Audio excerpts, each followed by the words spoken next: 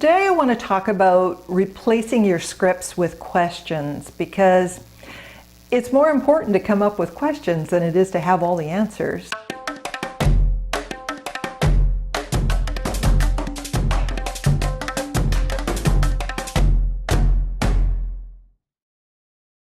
You know, your job is not to figure things out for your clients. Your job is to help your clients find their own answers.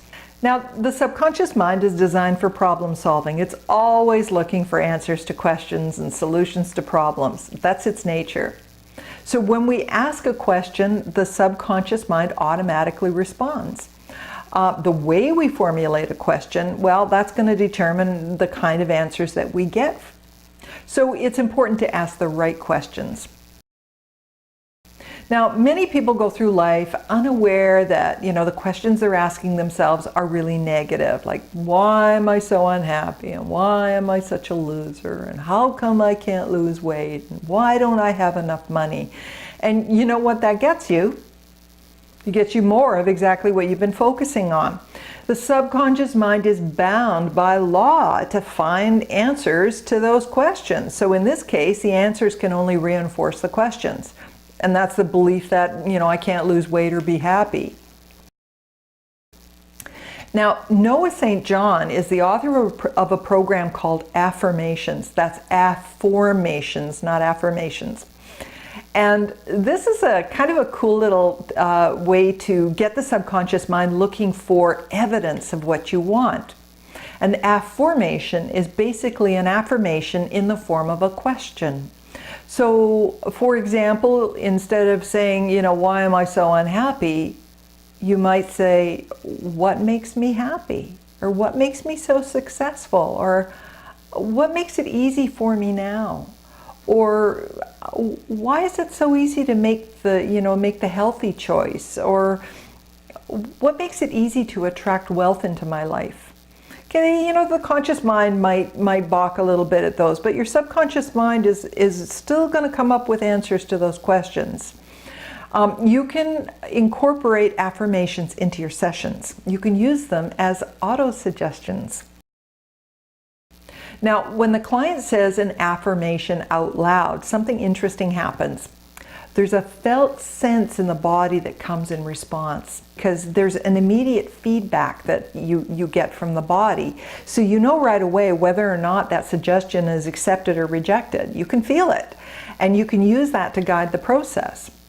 So when you use an affirmation in a session, a question, a suggestion in the form of a question, when there's a positive shift in the session, then what you can do is use the affirmation to generalize change. So how's that work?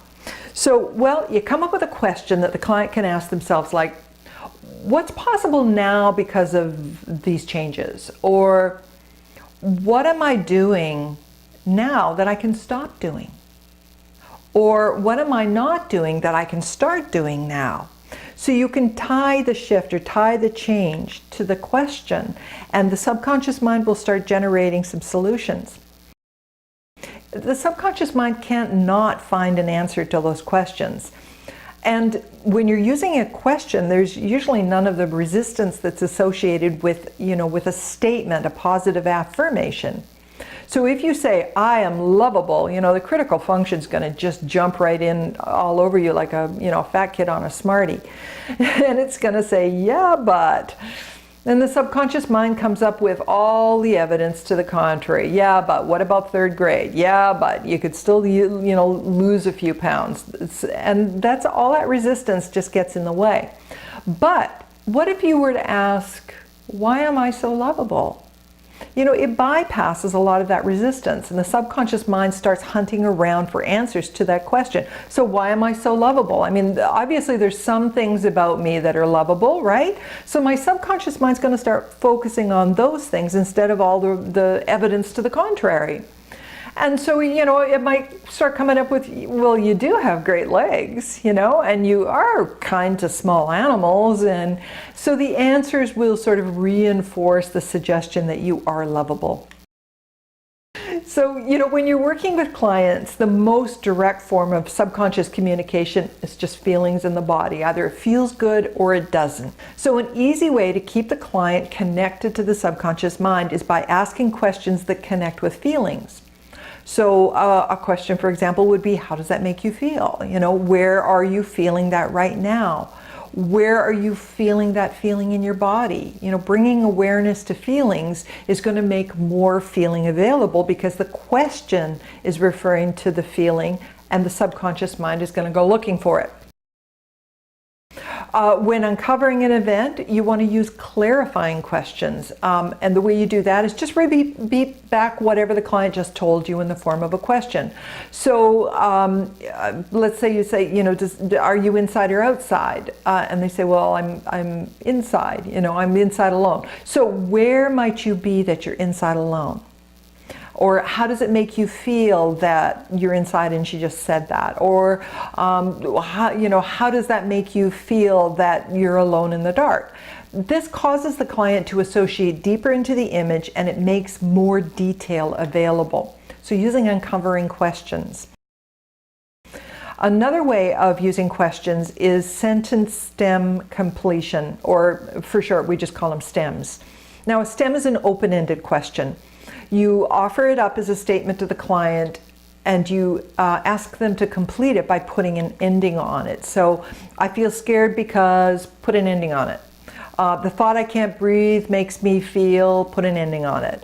That look on his face makes me think, put an ending on it. So it's another way to uncover information by using a kind of a questioning format. This is a really effective strategy because first it helps the client realize that what she's thinking is causing her to feel bad. And second, it connects the client more directly with the problem, which is the emotional charge. When you're working with a child part, one of the most important questions that you can ever ask is, what do you want? Children are so seldom asked what they want, and this one question alone can generate amazing insight into what the unmet needs of the child are. And the client can have a serious aha just by asking that. So there are just a few ways that you can use questions, okay? You can use suggestions in the form of a question as an affirmation, and that's going to help to bypass some of that subconscious resistance. Second, you can question how the body feels. This increases the client's awareness of the feeling.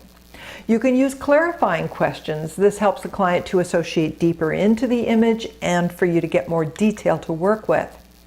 Number 4, you can use sentence stems. Have the client complete the sentence for you. And this will help you to uncover more meaning and elicit more insights during the uncovering process. And number 5, just ask them directly. So what's happening? What do you want? Direct questions can trigger revelation. So that's it for this time. Forget about the scripts. Start asking questions because with the right question, the client will give you everything you need. And be sure to keep good notes when you're asking those questions too, because that information, you can use that for your direct suggestions later. Okay, that's it for this time. I hope you got a little nugget that you can use this time, and I look forward to seeing you again soon. So in the meantime, take a moment to leave a comment or leave a question on the forum. I want to hear from you. Let me know what you want to know. I'm here for you. Okay, see you next time.